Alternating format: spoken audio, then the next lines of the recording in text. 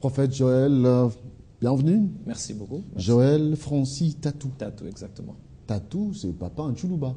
Oui, Tatou, papa en Chiluba. Et ça se vous, c'est Tatou. C'est trois. Ah, Tatou, c'est trois. Ah, Tatou en Kikongo.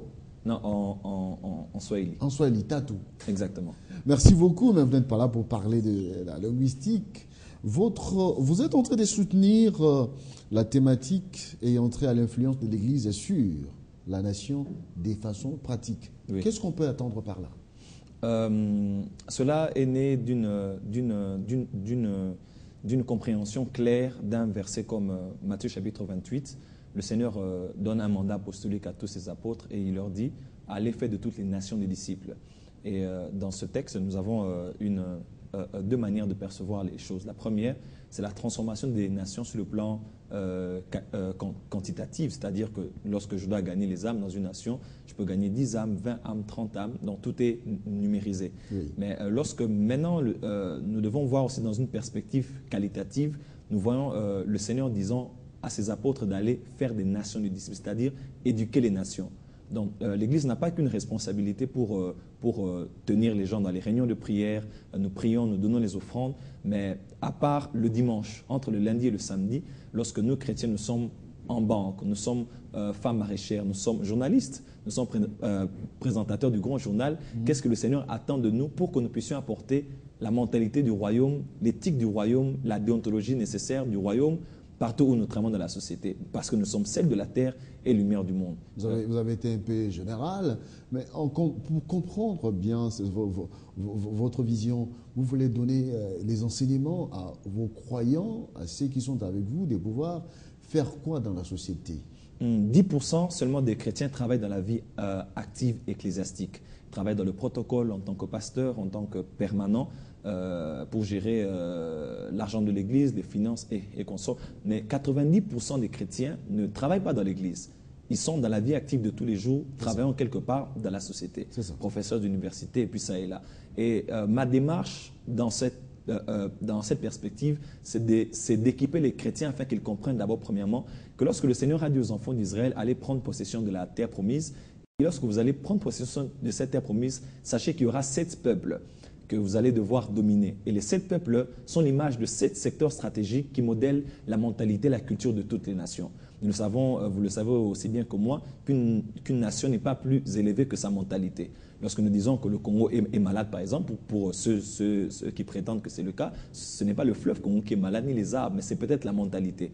Et plus d'une fois comme ça, le gouverneur de la ville a travaillé plusieurs fois pour travailler afin que la mentalité du Kinois soit transformée. Mais je crois que cela dépend, en fait, cela revient à l'Église, au fait. Parce que le Seigneur a donné aussi à l'Église la mission et le mandat de travailler pour la rééducation, pour le changement de mentalité. Et les 7 montagnes, les 7 peuples, au fait, sont en fait les 7 secteurs qui modèlent la mentalité de tout peuple. Quels sont ces secteurs? Le secteur de la religion, tout ce que le peuple pense, leur culture, leur niveau de standard de moralité, sortent toujours de cette usine. Je parlerai en termes de montagne. La montagne de la religion, la montagne de la famille, la montagne de l'éducation, la montagne du gouvernement, la montagne de l'économie, la montagne des médias et la montagne des arts et de la production, des arts et de la créativité, tout ce qui a trait au sport, à la peinture et puis tout le reste. Tout ce qui modèle la mentalité d'un peuple ressort toujours de ces 7 secteurs stratégiques. Et lorsque le diable et les croyants doivent faire quoi pour ne pas tomber dans la léthargie par rapport aux 7 postulats que vous avez présentés? Voilà, les chrétiens ne sont pas obligés uniquement de rester en dehors de ces secteurs pour dire « Seigneur, nous prions pour que par ta grâce, tu étendes ta main, que tu changes les choses ». Les chrétiens sont au contraire appelés à influencer aussi de l'intérieur. C'est-à-dire, nous devons préparer maintenant les chrétiens, les équiper avec la parole de Dieu afin que les chrétiens soient infiltrés dans chaque secteur de la société afin de prendre la tête pour que nous puissions communiquer les valeurs du royaume que nous prenons. Il y a des enseignements spécifiques à communiquer aux chrétiens qui seront avec vous. C'est quand comme ça? Et exactement, nous avons une conférence, nous parlerons sur stratégie apostolique. C'est vraiment pendant cette conférence que nous allons nous atteler afin de parler à ce chrétien qui travaille en banque pour ne pas être... pour jouir de la même présence. Ceux qui travaillent en banque. Ceux qui travaillent en banque, ceux qui sont infirmiers quelque part, ceux qui sont journalistes, bref, ceux qui sont dans tous les secteurs de la société pour qu'ils jouissent de la présence de Dieu dans leur milieu professionnel autant qu'au niveau de leur... Vous ne voulez pas divulguer déjà quelques quelques postulats que vous allez communiquer ce jour-là. Dans le domaine des médias, par exemple, c'est l'une des montagnes stratégiques. Celui qui contrôle votre attention contrôle votre cœur. Quelqu'un qui peut prendre votre attention pendant longtemps peut aussi contrôler votre cœur.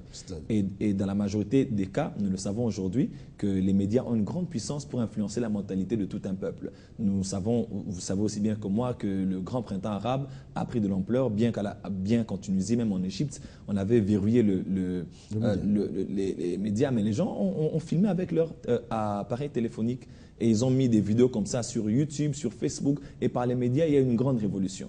Aujourd'hui, par les médias, on peut soit emmener un peuple à la déroute, ou bien soit rééduquer un peuple par rapport à ce que nous attendons de la restauration de tout un peuple. Et c'est en cela, maintenant, que nous disons aux chrétiens d'être les meilleurs journalistes, les meilleurs réalisateurs, de se retrouver à la tête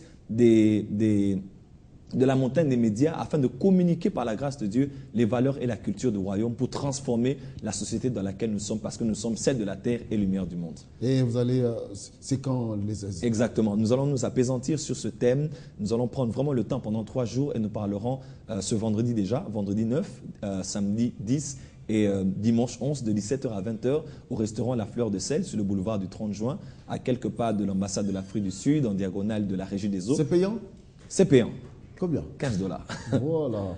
Et pourquoi c'est payant? L'affaire des dieux. C'est une conférence. Il faut prier la salle. Non seulement cela, mais c'est une culture que nous voulons aussi introduire dans le chef du peuple de Dieu pour que nous puissions travailler en réseau, afin que ce que les chrétiens donnent, qu'ils sachent que ça nous permet de pouvoir créer un système économique puissant, afin que comme chrétiens, nous soyons une force économique. C'est la TVA de l'Église. Oui, la TVA. Exactement. Merci beaucoup, prophète Francis Tatou. Merci à vous aussi. Francis 3. Francis, toi, pas Francis, papa. Merci, nous allons vous retrouver. Vous serez les bienvenus déjà ce week-end. Peut-être que Jolie Dioka sera là pour suivre l'enseignement. Je n'en doute même pas. Et sans oublier Manu Mantezolo qui sera aussi là. Merci beaucoup et nous allons vous dire merci d'abord à vous, prophète, pour avoir accepté l'invitation des Télé 50. Peut-être on va vous recevoir dans des magazines spécialisés pour commenter une fois de plus ces assises. Cette fois-ci, nous allons prendre les sports avec Doudou Mbala, les conquérants.